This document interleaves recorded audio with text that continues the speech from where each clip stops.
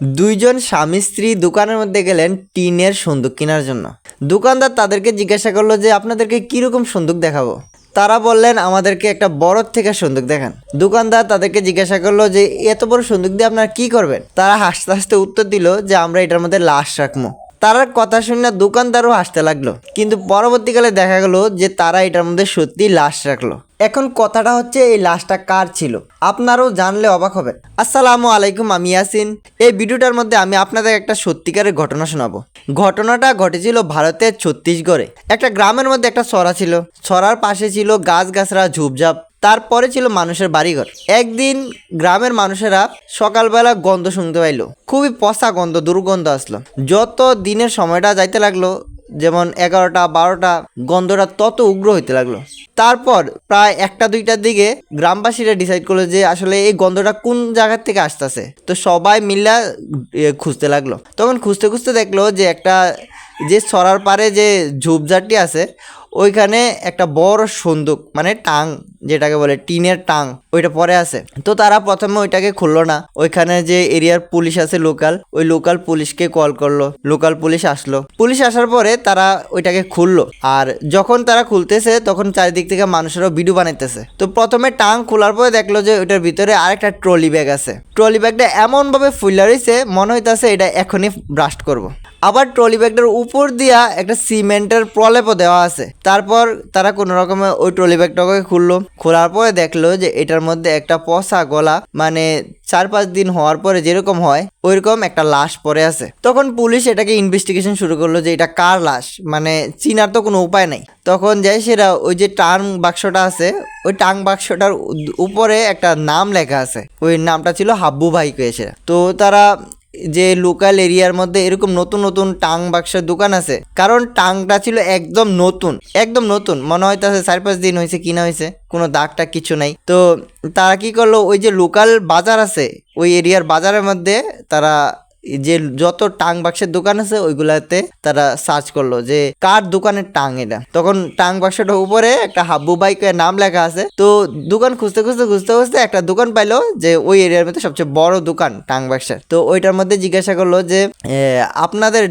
এই দোকান থেকে কি এই টাং বাক্সটা কিনা হয়েছে? তখন তাইনে নামটা দেখে বললো হ্যাঁ এটা তো আমাদের দোকানেরই। আর তাইনে কি করতো, তাইনে যত টাং বাক্স হোক বা যত জিনিস হোক বড় সড়ো, তাইনে দোকান থেকে কেউ কিনতো তখন ওইটার উপরে তাইনের নাম লেখা দিত, কারণ তার একটা ব্র্যান্ডিং হয়ে যেত। তো তখন পুলিশ তাইনের বললো যে আপনার থেকে যে টাং বাক্সটা নেওয়া হয়েছে ওইটার মধ্যে একটা লাশ পাওয়া গেছে, এটা কার? তাইনে তো অবাক যে আমি তো জানি না কে নিয়েছে কি। তখন তারা বললো যে এটা এত বড় টাং কে নিয়েছে আপনি দেখেন। তখন তাইনের যে রেজিস্ট্রি আছে ওইটা ঘাটতে ঘাটতে ঘাটতে ঘাটতে দেখলো যে হ্যাঁ তাইনের কাছ থেকে 4-5 দিন আগে কেউ একজন পুরুষ একজন মহিলা এসে এই টাং বাক্সটা নিয়ে গেছে। তখন তাদেরকে জিজ্ঞাসা করলো যে উনার নাম কি ছিল। তো উনি তো ওর নাম বলতে পারলো না। তো দোকানদার বলল যে স্যার তারা 2জন এসেছিল, স্বামী স্ত্রী। তো তাদের মুখের মধ্যে এরকম কাপড় বাঁধা ছিল, তো আমি তো তাদেরকে দেখিনি, কিন্তু তারা পেমেন্ট করেছে আপনার অনলাইনে। তো এটা শুনে তো পুলিশ পুরাই খুশি, কারণ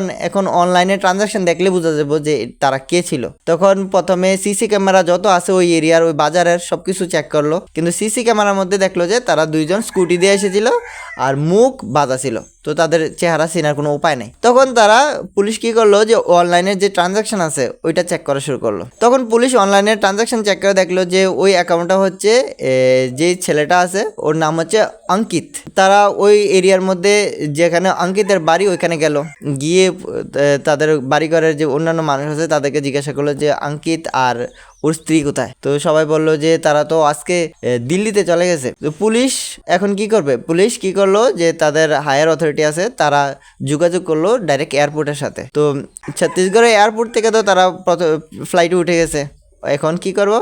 তো তারা ডাইরেক্ট দিল্লি যে এয়ারপোর্ট আছে ওইখানে যোগাযোগ করলো যে এমন অঙ্কিত আর অঙ্কিতের স্ত্রী যখন আপনাদের এয়ারপোর্টে ল্যান্ড করবে এরোপ্লেন, তখন তাদেরকে আমাদেরকে আবার পৌঁছে দেবেন। তো ওইখানে নামার পরে কি করলো, আবার পুলিশ তাদেরকে ওইখান থেকে রিটার্ন ছত্তিশগড়ে নিয়ে আসলো। তারপরে অঙ্কিতকে আনার পরে পুলিশ তাদেরকে জিজ্ঞাসা করলো যে এটা লাশ কার ছিল, তোমরা কেন এই টাং বাক্স কিনেছো বা কি আসল বিষয়। তো সব আসামিদের মতনই অঙ্কিত প্রথমে বাহানা দিতে লাগলো, আমি জানি না, এটা না ওইটা না। কিন্তু পরবর্তীকালে আঙ্কিত পুলিশের ফিটামিটা খাইয়া তো সত্যি সত্যি বলল। তো ঘটনাটা এই ছিল যে আঙ্কিত ছিল একজন অ্যাডভোকেট। তো আঙ্কিতের বাবা একজন রিটায়ার্ড পুলিশ অফিসার ছিল। তো আঙ্কিত কি করতো, জাগা জমিন কিনা বেচার কাজ করতো। তো তাইনের একজন ক্লায়েন্ট ছিল, ক্লায়েন্টের নাম হচ্ছে কিশোর। তো ওনার বয়সটা ছিল আনুমানিক 55 বছর এরকম। আঙ্কিত কিশোরের জায়গা যে তাইনের 2টা বাড়ি আছে, কিশোরের 2টা বাড়ি ছিল। একটা বাড়ি আঙ্কিত বিক্রি করে দিছে কোন একজন ক্লায়েন্টের কাছে। তো ক্লায়েন্টের কাছে বিক্রি করেছে 30 লক্ষ টাকা। তো ওইখান থেকে যে টাকাটা ছিল, তো আঙ্কিত কি করছে, এই কিশোরকে না দিয়া ওইটা নিজের কাছে রাখা দিয়েছিল এবং কোনোভাবে ওইটা খরচা করে দিচ্ছে 30 লক্ষ টাকা যে কোনো জায়গার মধ্যে। তো কিশোর বলল যে ঠিক আছে, আপনি অন্য জায়গায় খরচা করে দিয়েছেন, তো আমার টাকাটা আপনি রিটার্ন করে দেন। তো কিশোর বললো ঠিক আছে, আঙ্কিত বললো ঠিক আছে, আপনার টাকাটা আমি রিটার্ন করে দেবো, তবে আমার কিছু সময় দরকার। তো 1 মাস গেল, 2 মাস গেল, 3 মাস গেল, এরকম করতে করতে তো ওই সময়ের মধ্যেই যে কিশোর আছে, যে বাড়ির জায়গার মালিক, যে টাকাটা পাইবো আঙ্কিতের থেকে, তো তাইনের একটা গাড়ি অ্যাক্সিডেন্ট হয়ে গেল রাস্তার মধ্যে। তো অ্যাক্সিডেন্ট হওয়ার পরে তাইনে পুরা পঙ্গু হয়ে গেছে, চলতে ফিরতে পারে না, কিছু না। আর তাইনের কোনো ফ্যামিলির মধ্যে আর কোনো মানুষও ছিল না, হয়তো বা বিয়ে শাদী করছে না বা এরকমই কিছু হইব, যে তাইনের কেউ ছিল না, তাইনের খোঁজখবর নেওয়ার মতো কেউ ছিল না। তো বলো যে ঠিক আছে, এখন কি করবেন, আপনার যে আঙ্কিত বলল কিশোরকে যে আপনার যত দায় দায়িত্ব আছে, আপনার খাবার ভরণ পোষণ সবকিছু আমি দেখাশোনা করব, পরে যখন টাকা দিয়ে দিব তখন ওইখান থেকে আপনার যত খরচা হয়েছে ওইটা ম্যানেজ করে দিব কইছে।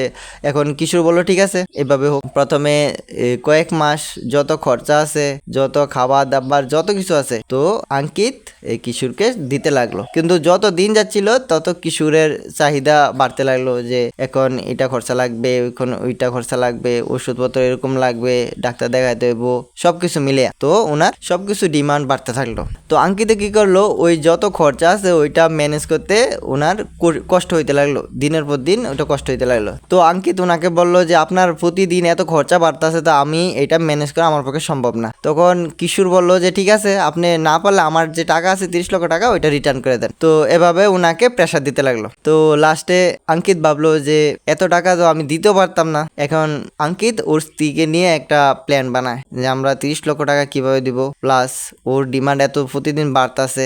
আর তো ওরা ভাবলো যে ঠিক আছে, আমরা ওকে মেরে ফেলো। তো তারা কি প্ল্যান বানায়, কারণ কিশোরকে যদি মাইরা বলায়, ও কিশোরের খোঁজখবর রাখি না, তো কেউ নাই, কেউ যে এসে পুলিশের কাছে কমপ্লেনও করতো না, কিছু না, কেউ খোঁজখবর লইতো না। তো তারা প্ল্যান করলো যে ঠিক আছে, আমরা তারে মাইরালাম।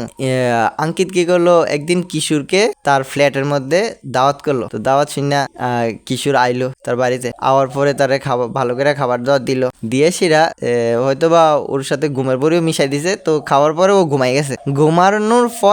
ঘুমানোর পরে কিশোরকে আঙ্কিত আর আঙ্কিতের স্ত্রী গলার মধ্যে চিপা মানে 10-15 মিনিট ধরে রয়েছে, আর এই ঘুমের মধ্যে ও মারা গেছে। মারা যাওয়ার পরেও আঙ্কিতের স্ত্রী পুরা কনফার্ম হইলো না যে যদি জীবিত থাকে তাহলে তো অসুবিধা হয়ে যাবো, চিল্লাবিল্লা করবো। তারা কি করলো, তারা ঘরের থেকে ছুরি মুড়ি ধার যা আছে ওইটা দিয়ে ওর গলা পুরা যদ্দুর ফার্সে কাটতে দিছে, রক্ত বাড়িয়া অতিরিক্ত হয়, ও মারা গেছে, এখানে মারা গেছে। তো তারা প্রথমে লাশটাকে একটা ট্রলির মধ্যে ব্যাগের মধ্যে বইরা ও ঘরের মধ্যে রাখা দিল। 1-2 দিন যাওয়ার পরে ওইটাতে খুব নোংরা গন্ধ বাড়িতে শুরু করলো। তো তারা কি করবো এখন, তো যাই সেরা দোকান থেকে সিমেন্ট কিনে আনলো। ওইটার মধ্যে 30 কেজি সিমেন্ট এটার উপরে দিয়ে পুরা মানে ভারী করে প্লাস্টার করে দিয়ে দিছে। তারপরও যত দিন যাইতেছে ওইটার থেকে মানে গ্লাসটা ফুটছে, খুব দুর্গন্ধ বাড়িতে লাগলো। তো তারা ভাবলো যে এখন কি করা যায়, এটা এমন ভারী, এটাকে আলগি দিয়া তারা নিচেও নামাইতে পারতো না, মানে মোটামুটি ভারী হয়ে গেছে অনেক। তো তারা ভাবলো যে ঠিক আছে, একটা দোকান থেকে টাং বাক্স কিনা যাক, সন্দুক, যেটা টিনের সন্দুক, ওইটা কিনা তারা বাড়িতে আনলো।